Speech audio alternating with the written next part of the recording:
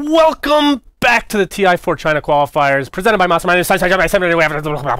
We have Dreamtime versus Tongfu in this lower bracket, round 1, I believe it is? Yes. Yes, game 2, I believe it is.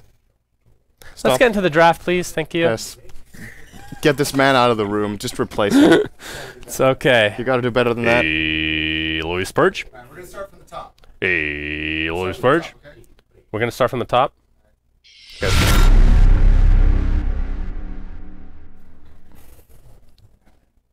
Hey, Louis Spurge, and welcome to the TI4 China Qualifiers. My name is the friends of my monster. We have a great game of Dreamtime versus Tongfu.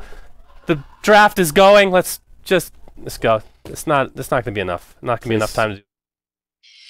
Please. Someone get this man out of the room, really. I'm done with him. All right, so I'm seeing a blank screen here.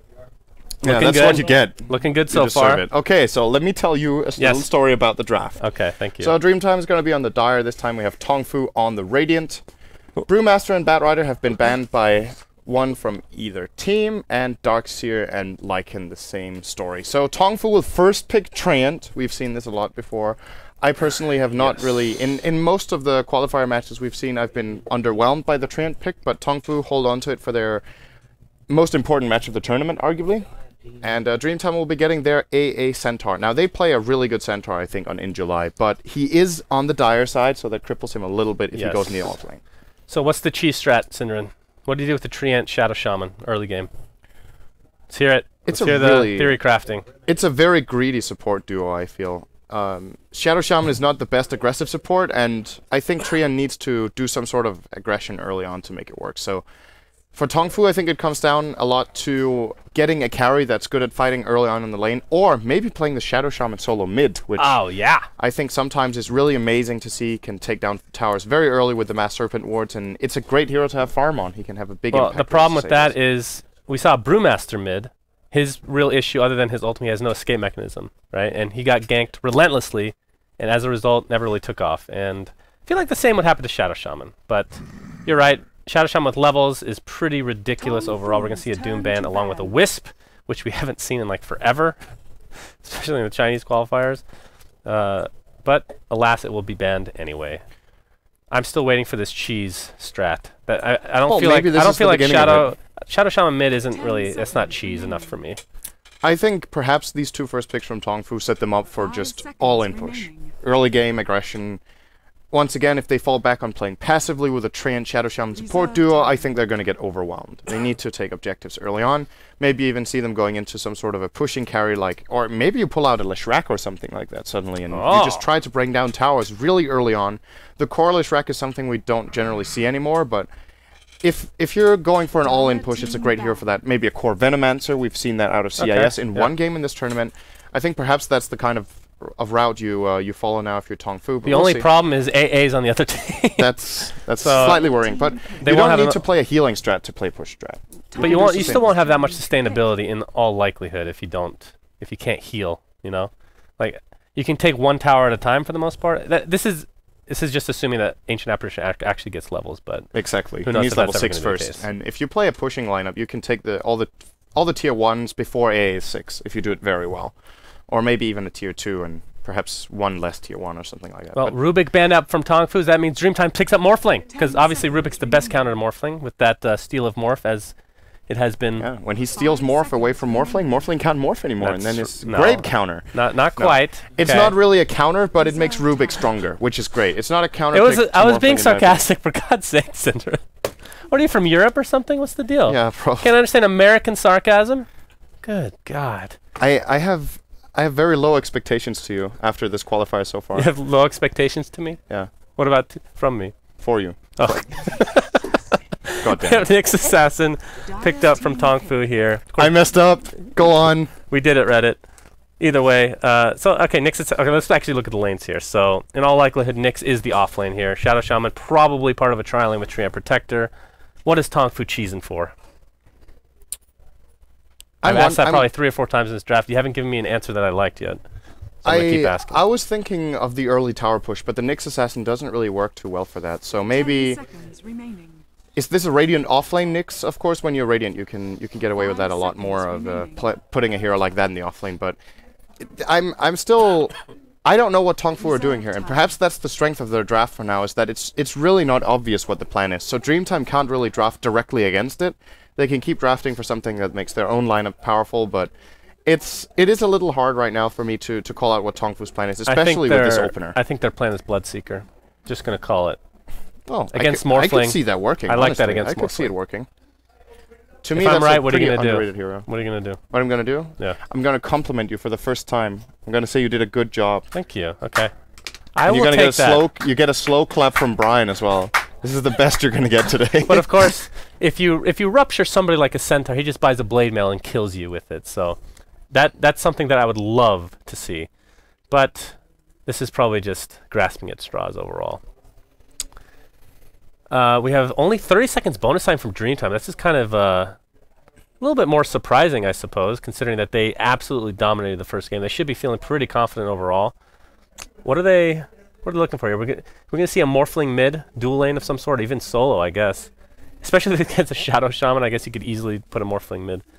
Yeah, he does well against Shadow Shaman. Oh, they're gonna grab a Chen here. Dreamtime has played Chen in past games, and I believe it went okay for them in the game I saw. Or no, they lost that game. That was the game against LGD, as a matter of fact. It was the game against LGD, who are currently in the grand finals, so not too big of a shame losing with the Chen. But the way they try to run this is they want to try to take an early tower or two, get good levels on the Chen, and then in the mid game, perhaps being dire, they have fairly easy access to the Roshan.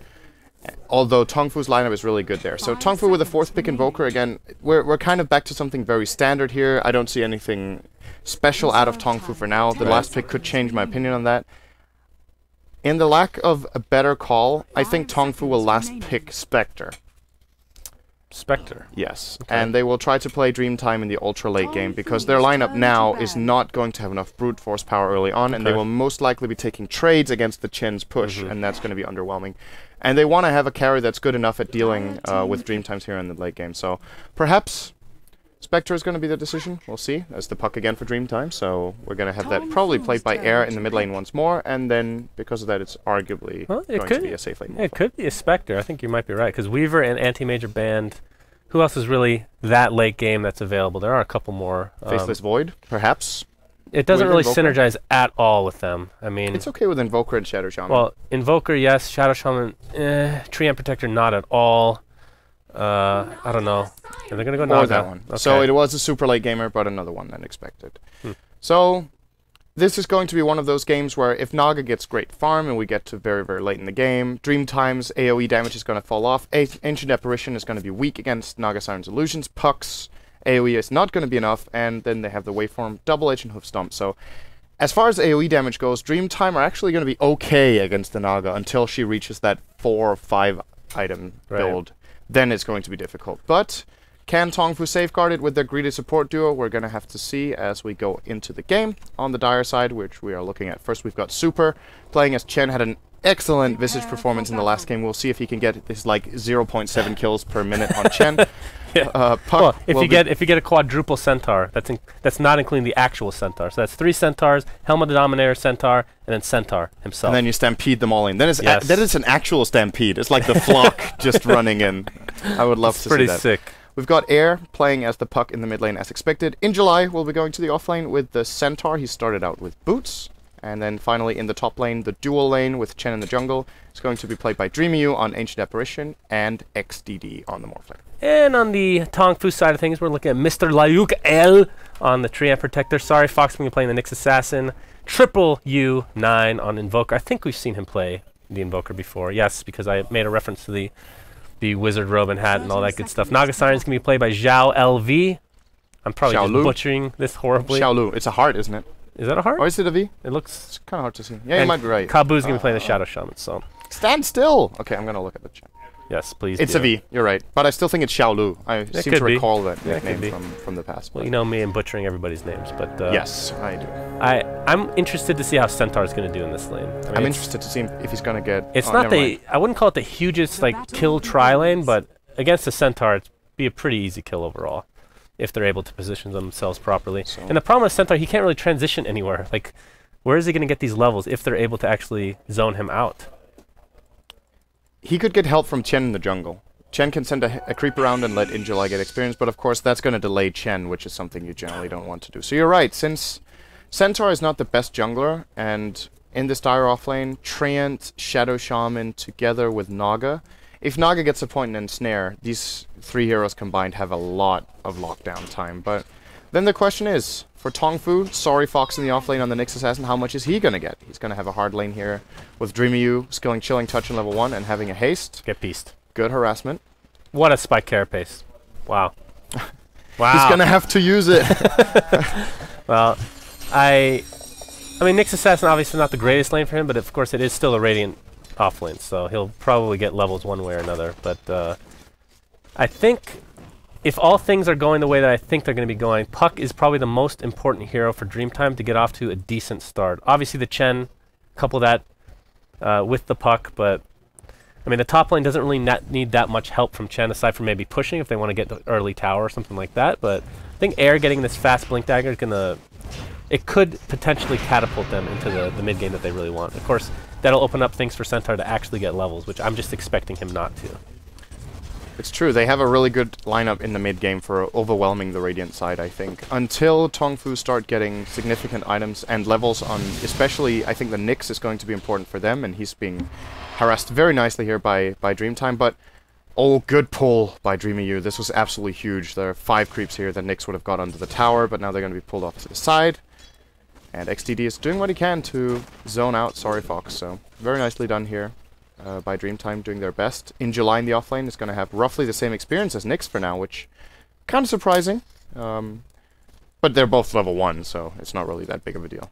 Yeah, I'm actually surprised Centaur has any experience, to be perfectly honest. But this bottom rune is going to be taken, or at least... Oh, actually, Treant is going to take it. Actually, this is probably the best choice, because Rasta has the Shackle. I assume he has the Shackle at this point, but I believe that... Okay, he does have Shackle. Actually, he's level 2. That's a little bit surprising. But Leech Seed is probably enough to get a kill on at least somebody. I'm not sure Puck is the right choice, though. So he's going to transition himself to bot lane. This ward right here saw the Invis rune, so they know that Treant has it, and they're both playing very cautiously. But the good thing for Treant about this is that as long as he doesn't show, both the mid and the off lane for DT need to be a little careful, because they're not sure what Treant is. Now, Air getting his bottle had enough mana for Illusory Orbs, now he's not scared of the tree anymore.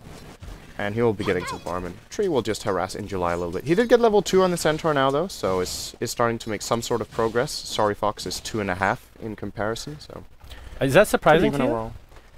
I thought Nyx was going to get a little bit more, but I just think DT has been playing it very well in the top lane so far. They've taken turns at harassing him and keeping him away. AA was pulling, so Morph kept him away. Morph was farming, so AA kept him away, and...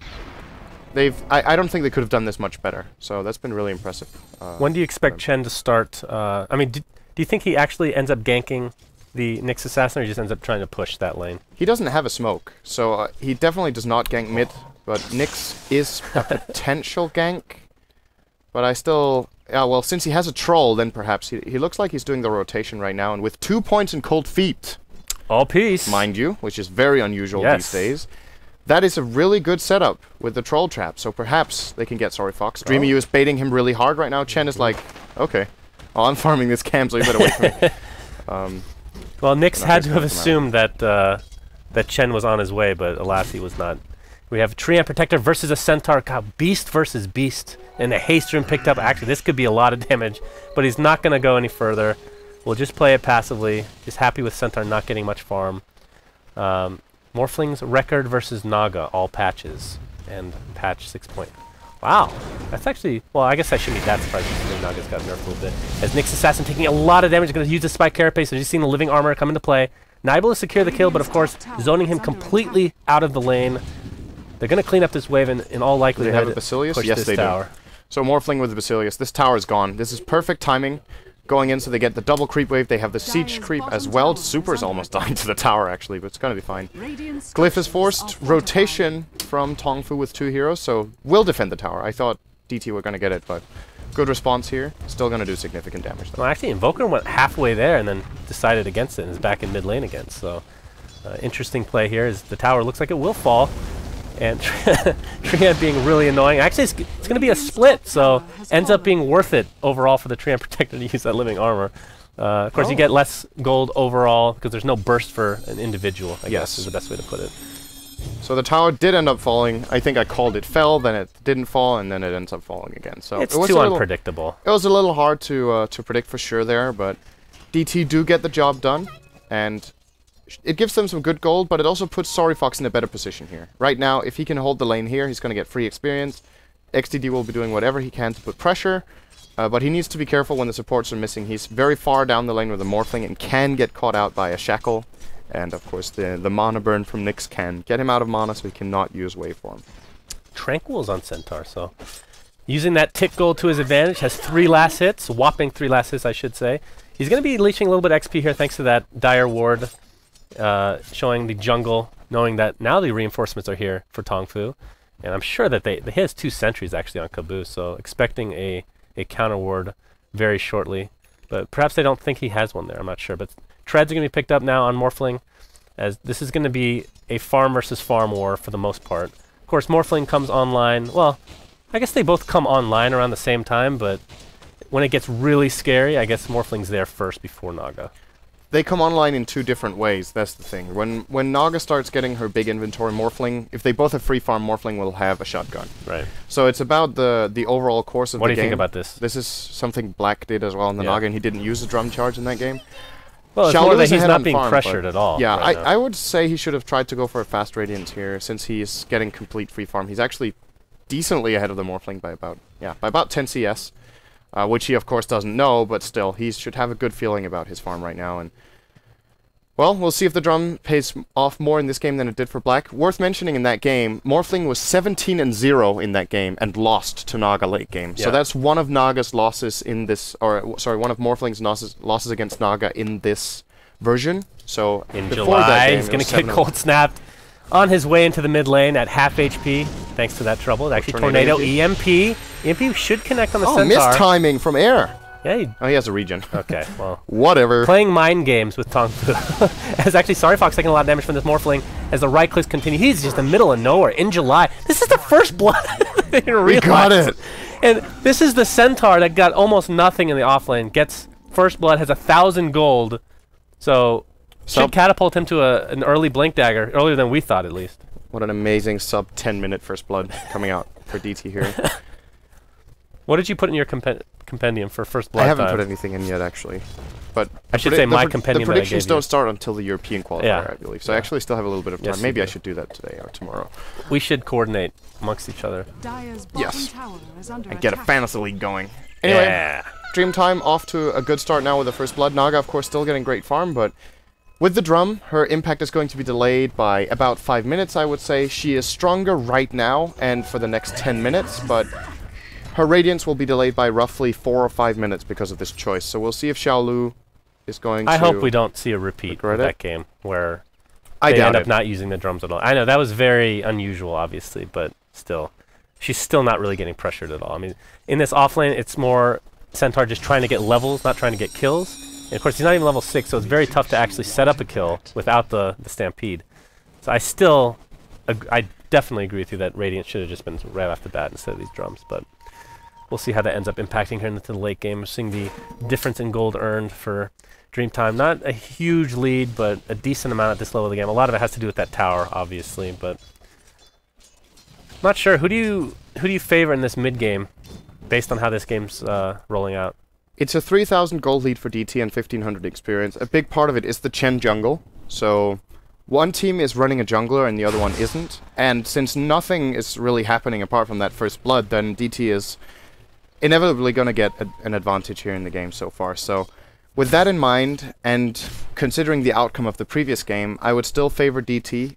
And Naga would have a better chance in my book, and Tongfu as a whole would have a better chance with her rushing Radiance, because this is going to be a farm war, and she is delaying her farming impact. Well, and okay, so the issue I have is last game may not be indicative of the skill level gap between the two teams, but there still is a skill level gap, and you have to be a little bit more risky, and a lot of these Chinese teams just aren't being risky in any way, and it might end up costing them in the end. We do have a smoke now by DT, so this is going to be the first official gank. Puck not quite online with that Blink Dagger. First official gank.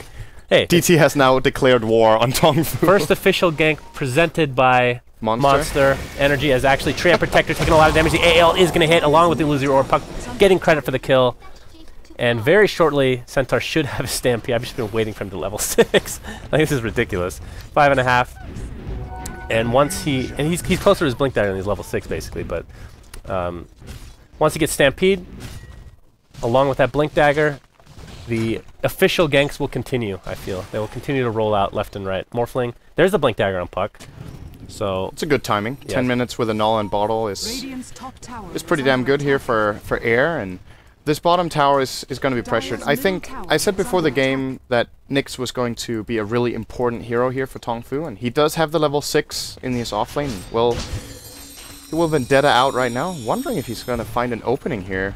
This will be tough. Oh, he actually gets the Impale off correctly. AA ult is here, but Chen is keeping his team alive, and the AA ult actually is going to hit Nyx Assassin. He pops this by Carapace, though.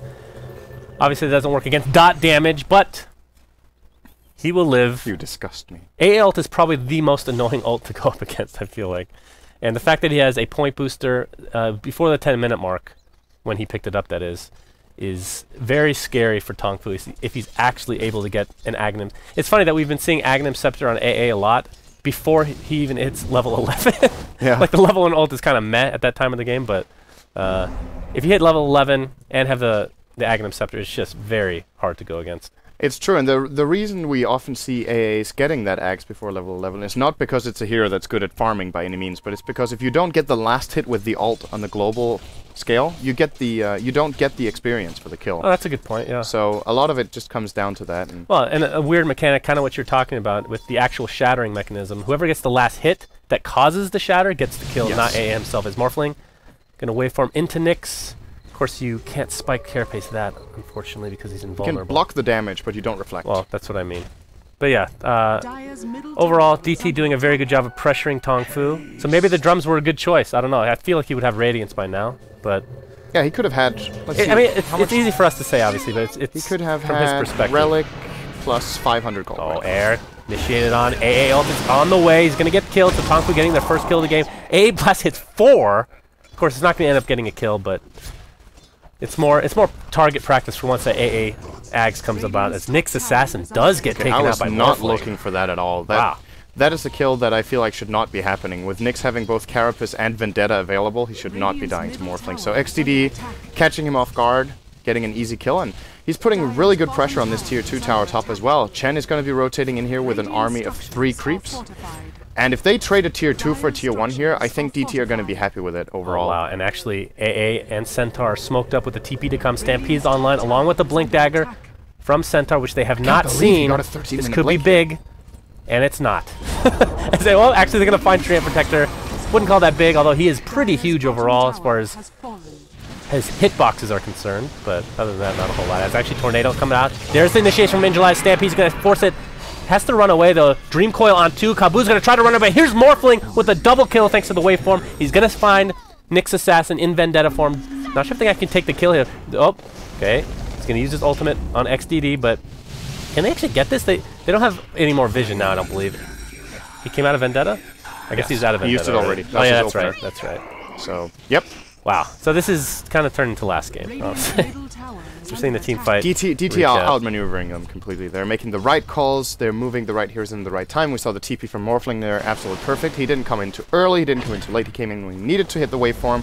Got 2 easy kills. Followed through to get a 3rd. I think Puck got that. Yeah, Puck got that. So 2 kills for Morphling and 1 for Puck. And before that, Morphling got the tier 2 top, so his farm is ridiculous. I think if you look at net worth, he's 500 ahead of the Naga, who had complete free farm, and of course is a hero that will generally be getting a very high net worth based on illusion farming with Riptide. They even stack for the Naga. Goes, kaboom! Oh, he's gonna go down eventually. I would think EMP actually hits quite a few heroes, but there's the Illusory Orb demolishing the Rasta.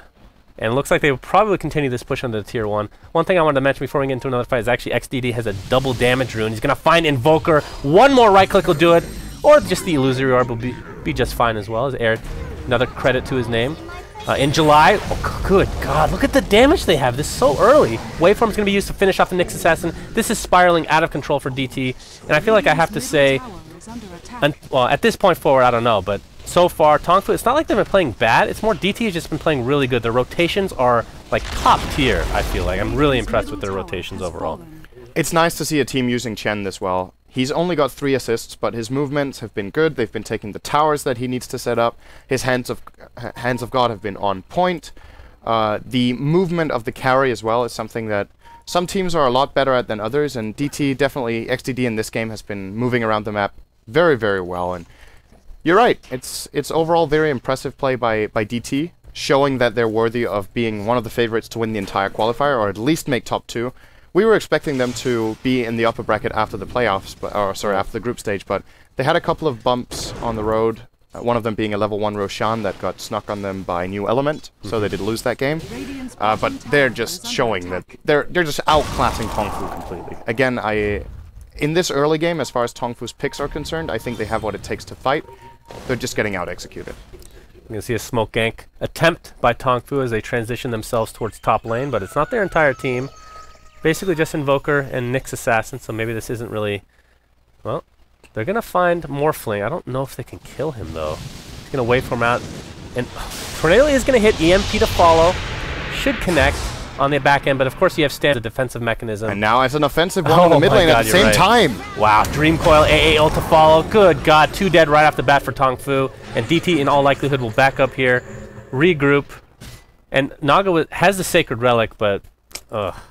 He could have had the Radiance. I don't want to keep harping on that, but like, how much difference would you think that would actually have made this game? He used a drum charge. Okay, well that... and still died, but he used it, so... Well, that's better than before, I suppose. Well, okay, if he had gotten his Radiance, let's say he had it, like, let's say 2 minutes ago. Yes. Ideally. How much of a difference would that have made, honestly? None. They would have still been behind. So but they would have had a bigger chance of coming back, because Naga would already be working towards her next item, and now she still has 1,000 gold to go. And in all fairness, the drum hasn't really provided anything, so... I'm surprised to see these drum pickups both on Black and on Xiaolu and the Naga, because I'm all for that build if you use it, but these Nagas are not using the drum for anything. It's gonna miss. Oh, it looked good on the mini-map. But Roche falls as well. DT are taking total control of this game at 10,000 golden experience lead at 17 minutes. This is almost insurmountable for Tongfu. And again, the only way of a comeback I can imagine is the Radiance, and it's not there. Yeah. Still a decent ways away for the Naga Siren, and now XDD has an Aegis to work with as they're gonna just push this tier 2. There's only two outer towers left for Tongfu, so expecting DT to perhaps just round out their core items, which the Dagon is included as a core item apparently onto air. It's a great snowball item, so nothing to scoff at for sure. He can one-shot a lot of the Radiant heroes now. He can easily one-shot the Shadow Shaman, probably one-shot the initiation onto Sorry Fox. The AA ult is coming in, is going to finish him off. Yes! Dreamy You getting credit for that kill. Finally, that poor AA getting a kill to his name. Air in the meantime getting shackled. There's the Hand of God, though. He gets the phase shift off along with the Waning Rift. He actually blows up the Rasta. He will find his way to the grave, but at least he takes somebody with him with that Dagon. But you're right, I expect him actually to just continue to upgrade the Dagon. Putting good pressure on Xiaolu. He will not have to use the song, but TP support comes in from a Treant. Great.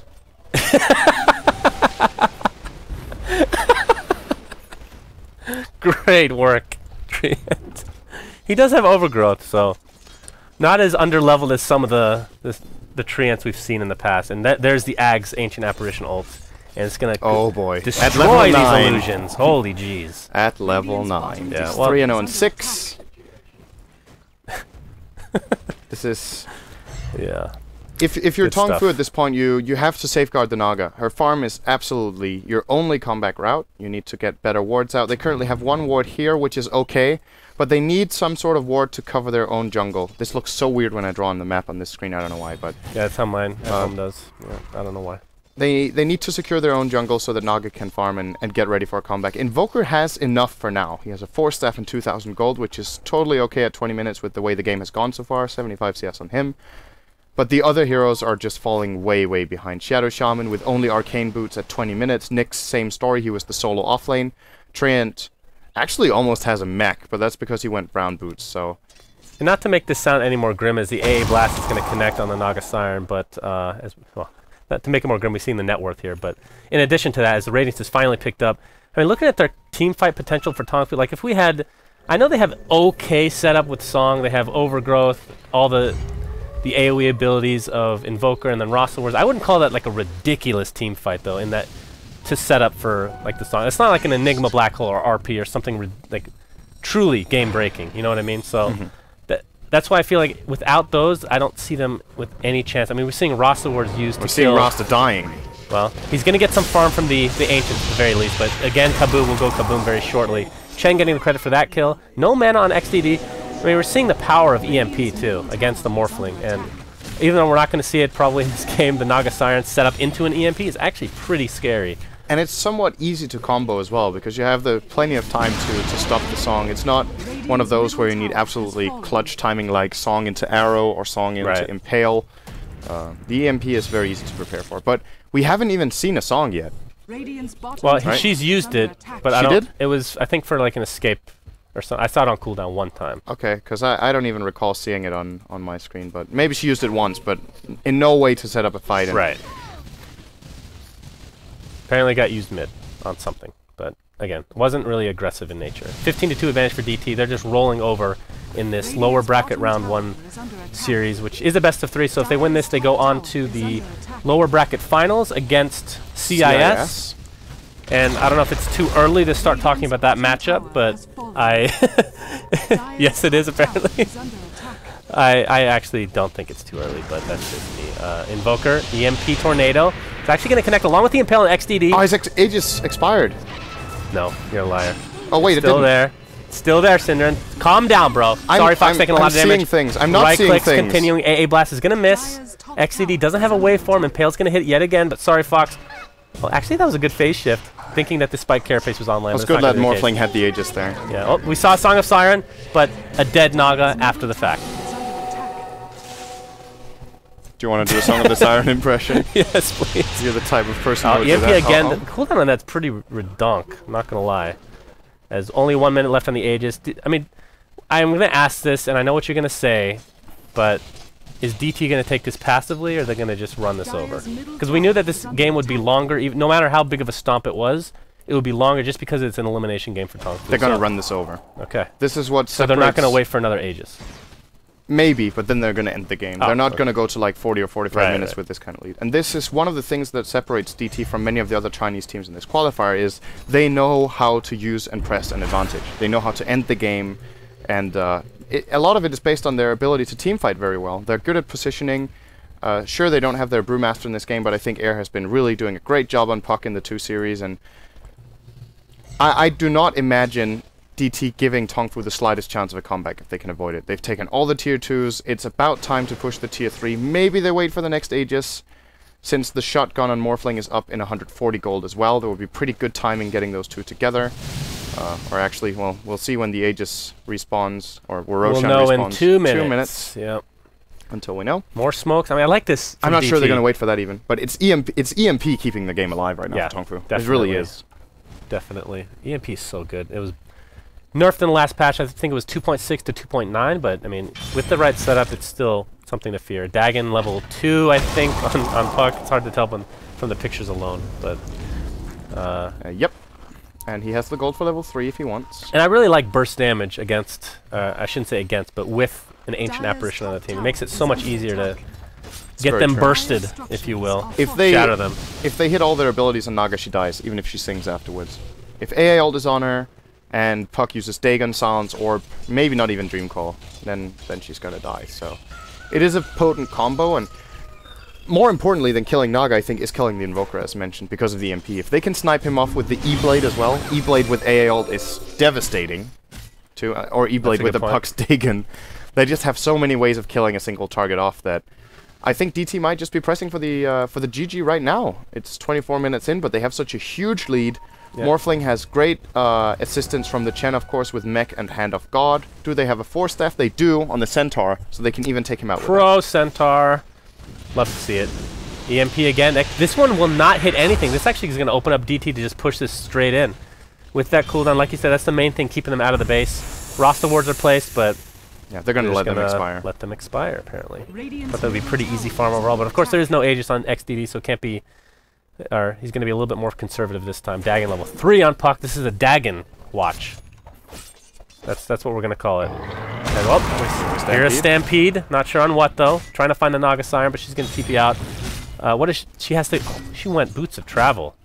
So, I mean, it's not like it's unusual, but I feel like she just needs HP. Like, how much opportunity are you going to find to actually split push this game?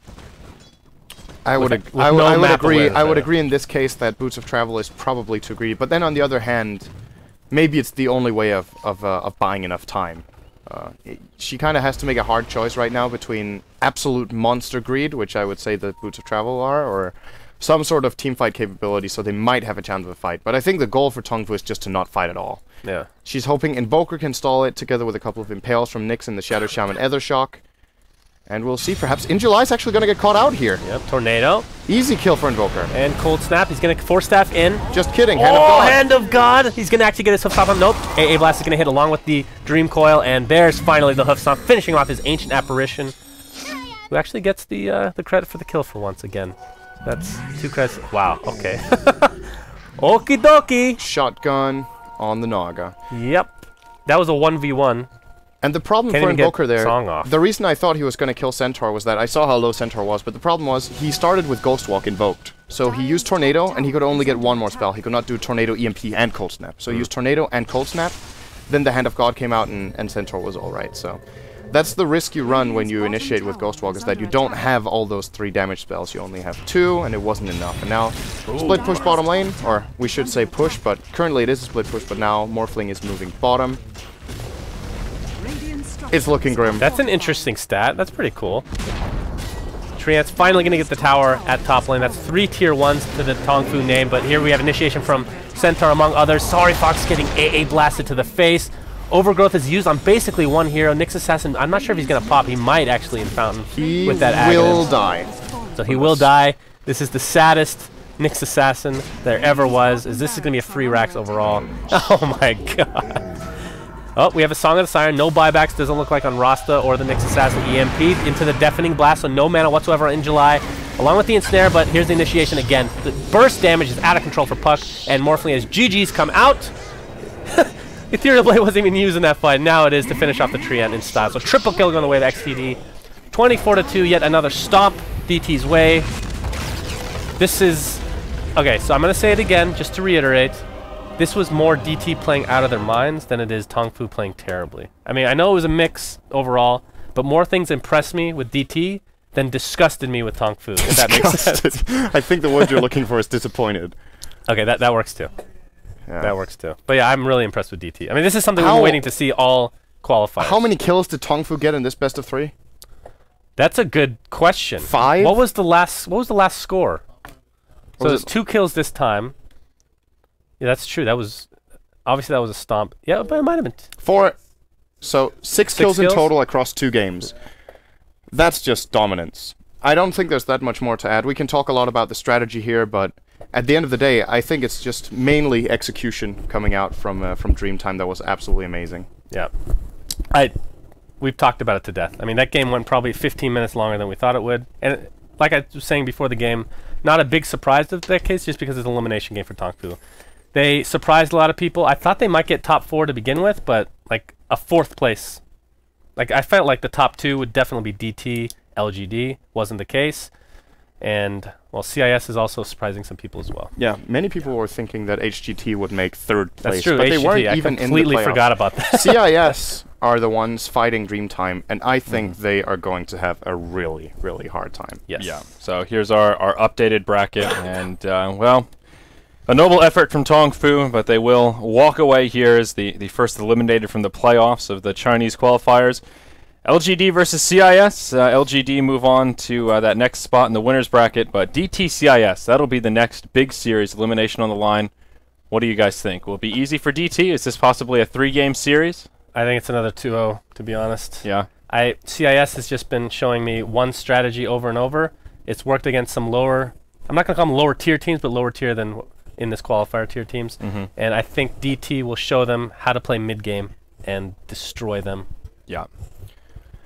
I think CIS could pull off one game, I think. I think DT will still win, but I think it'll be closer than the series we just saw here. Maybe it's kind of hard for it not to be, right? Okay, fair enough. That's about the safest statement I think I could have made there. So all right, but fair enough. I'm with Suns fan. I'm gonna say 2-0 for DT tomorrow. Of course, that is tomorrow. This is the last game of the day, but early night for us today. This was a really short run today. 2 quick best of 3s. I think the longest game today was 45 minutes. Yeah, a characteristic of the Chinese scene based on what we saw in the group stages. Really has been pulling down the average a little bit on total time per game. Yeah, it's gonna be good tomorrow. I think, as we talked about this a little bit during the tournament, that CIS, like you said, we're playing kind of one strategy or playing one style.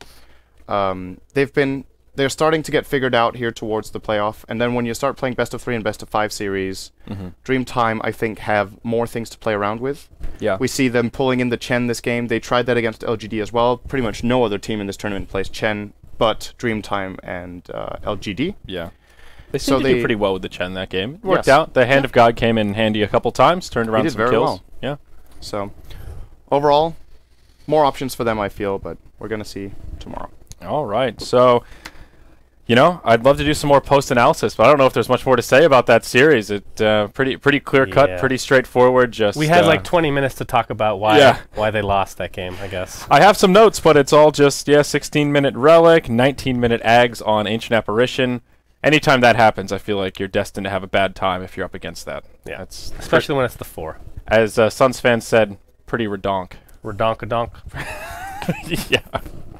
Something like that. So, all right, schedule for tomorrow. Which one is up first? Is it the CISDT game? I don't have the schedule in front of me. Okay. I'm getting the thumbs up from the producer desk. So that will be a best of 3. Again, elimination on the line. Then the winner of that will be facing off against LGD in the best of 5. And at that point, both teams will be going to Seattle, but one team will be playing in the play-in. And, of course, the other will be qualified. So that wraps up our coverage tonight, guys. Thank you for joining us for the NA Hub. Big shout-out to the guys over there, the casters. Well done, boys. A series well casted. And What is lurking below? Can you see it? What's that? It's the Sven. Oh. It's a Sven with a chainsaw. This is our old Fails of the Week Sven, actually. He looks awesome with the chainsaw, though, doesn't he? He does. It's badass. It would be pretty sick. Chopping wood. Cosmetics incoming to the Dota 2 store. Is that lore? Is that lore about What? Is that lore breaking? Absolutely. That's why it's getting in the store, boys. Oh boy! All right, we'll have these VODs coming up, guys. They'll be on the Beyond the Summit YouTube channel. But until tomorrow, same place, same time, 9 o'clock p.m. Pacific time. Join us here on the NA Hub, presented by Monster. We'll be back. Take care.